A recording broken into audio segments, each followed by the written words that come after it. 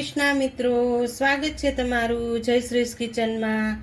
તો આજે આપણે બનાવવાના છીએ બ્રેડ પકોડા। તો તેના માટે અહીંયા મેં બટેકા 1 કિલો વજનમાં લીધા હતા, તે મેં બાફી લીધા છે પહેલાં જ। તો આ રીતે બાફીને છાલ ઉતારી લીધી છે।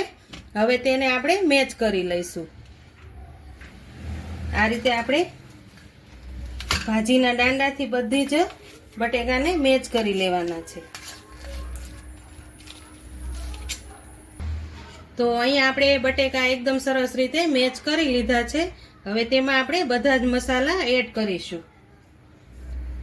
1 ચમચી ધાણા જીરું પાવડર એડ કરશું, અડધી ચમચી જેટલી હિંગ, અડધી ચમચી જેટલો ગરમ મસાલો, સ્વાદ પ્રમાણે નિમક એડ કરશું। અને અહીંયા મેં આદુ, મરચાં અને લસણ ત્રણેય પીસી લીધું છે, તે પણ આપણે એડ કરી દઈશું। ઉપરથી લીલા ધાણા એડ કરશું, 1 ચમચી જેટલી ખાંડ એડ કરશું, અડધા લીંબુનો રસ એડ કરશું। તો આ રીતે આપણે બધા જ મસાલા એડ કરી દીધા છે। હવે મિક્સ કરી લઈશું। તો આ રીતે આપણે બધા જ મસાલાને મિક્સ કરી લઈશું। પછી આપણે આનો વઘાર કરવાનો છે। રાઈ જીરું અને હળદરથી ખૂબ જ સરસ સ્વાદ આવશે અને આપણા પકોડા પણ ખાવામાં ખૂબ જ સરસ ટેસ્ટ બનીને તૈયાર થશે। તો હવે હું આમાં વઘાર કરી લઈશ તેલનો। તો અહીંયા મેં વઘાર કરવા એક પેન મૂકી દીધું છે। હવે તેમાં 1 થી 1.5 મોટી ચમચી જેટલું તેલ એડ કરીશ। તેલ સારુંથી ગરમ થઈ જાય પછી તેમાં આપણે રાઈ જીરું એડ કરવાના છે। તો અહીંયા આપણું તેલ એકદમ સરસ ગરમ થઈ ગયું છે। હવે તેમાં આપણે રાઈ જીરું એડ કરી દઈશું। રાઈ જીરું એડ કરીને ફૂટી જાય પછી આપણે તેમાં લીમડાના પાન એડ કરશું। તો અહીંયા રાઈ જીરું એકદમ સરસ તતડી ગયા છે, એવા લીમડાના પાન એડ કરશું અને અડધી ચમચી જેટલી હળદર એડ કરશું। તેલમાં જ હળદર એડ કરવાની છે, એકદમ સરસ રીતે હળદર ગરમ થઈ જાય છે। હવે આપણે મસાલાની અંદર વઘાર એડ કરી દઈશું। આ રીતે વઘાર કરવાથી ટેસ્ટ ખૂબ જ સરસ પકોડાનો આવે છે। હવે આપણે આ મસાલાને સારી રીતે મિક્સ કરી લઈશું। આ રીતે આપણે બધો જ મસાલો મિક્સ કરી લેવાનો છે। તો અહીંયા આપણે મસાલાને એકદમ સરસ રીતે મિક્સ કરી લીધો છે। હવે આપણે પકોડાનું બેટર બનાવી લઈશું। તો અહીંયા મેં ચણાનો લોટ લઈ લીધો છે પકોડાના બ્રેડનો બેટર બનાવવા માટે। તો તેમાં આપણે અડધી વાટકી જેટલો રવો એડ કરશું, જેથી એકદમ સરસ કરકરા બનશે। અને 2 ચમચી જેટલો ચોખાનો લોટ એડ કરીશ। તો બહુ જ સરસ આ બને છે। હવે આપણે ત્રણેય લોટને મિક્સ કરી લઈશું। તો અહીંયા આપણે લોટ મિક્સ કરી લીધો છે। હવે તેમાં ચપટી જેટલા હું અજમા એડ કરીશ। આ રીતે અજમા નાખી દીધા છે મેં। હવે તેમાં આપણે સ્વાદ પ્રમાણે નિમક એડ કરશું અને અડધી ચમચી કરતાં પણ થોડીક ચપટી જેટલી હળદર એડ કરશું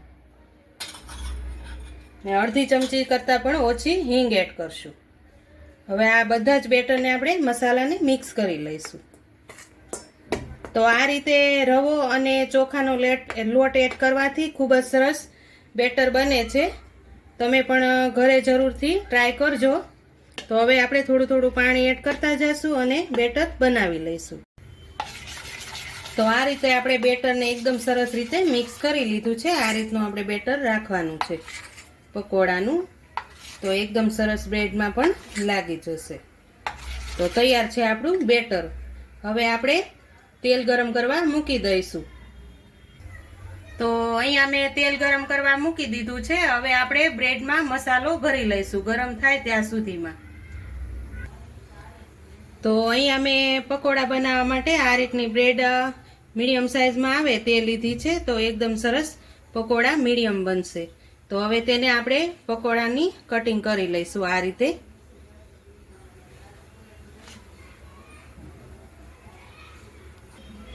તો અહીંયા આ રીતે મેં કટિંગ કરી લીધું છે। હવે આપણે આમાં મસાલો લગાવી લઈશું। આ રીતે આપણે બ્રેડમાં, તો અહીંયા એક બ્રેડમાં મસાલો લગાવી લીધો છે. હવે ઉપરથી આપણે આ બ્રેડને આ રીતે સ્પ્રેડ કરી લઈશું. તો આ રીતે આપણે બધી જ બ્રેડને મસાલો ભરી લઈશું. તો અહીંયા આપણે બધા જ બ્રેડમાં મસાલો ભરી લીધો છે. તો અહીંયા આપણું તેલ એકદમ સરસ રીતે આવી ગયું છે. હવે આપણે બ્રેડને તળી લઈશું. તો આ રીતે આપણે બેટરમાં આ રીતે બોળી ને આ રીતે આપણે તેલમાં એડ કરી દઈશું.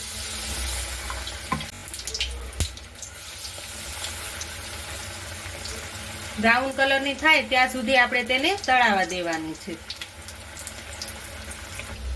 તો અહીંયા આપણે ફેરવી લઈશું પકોડાને. આ રીતે આપણે ચેન્જ થાય બ્રાઉન કલરનું ત્યાં સુધી આપણે તેને તળવાનું છે. તો હવે આપણે બીજી બાજુ પણ તળાવા દઈશું.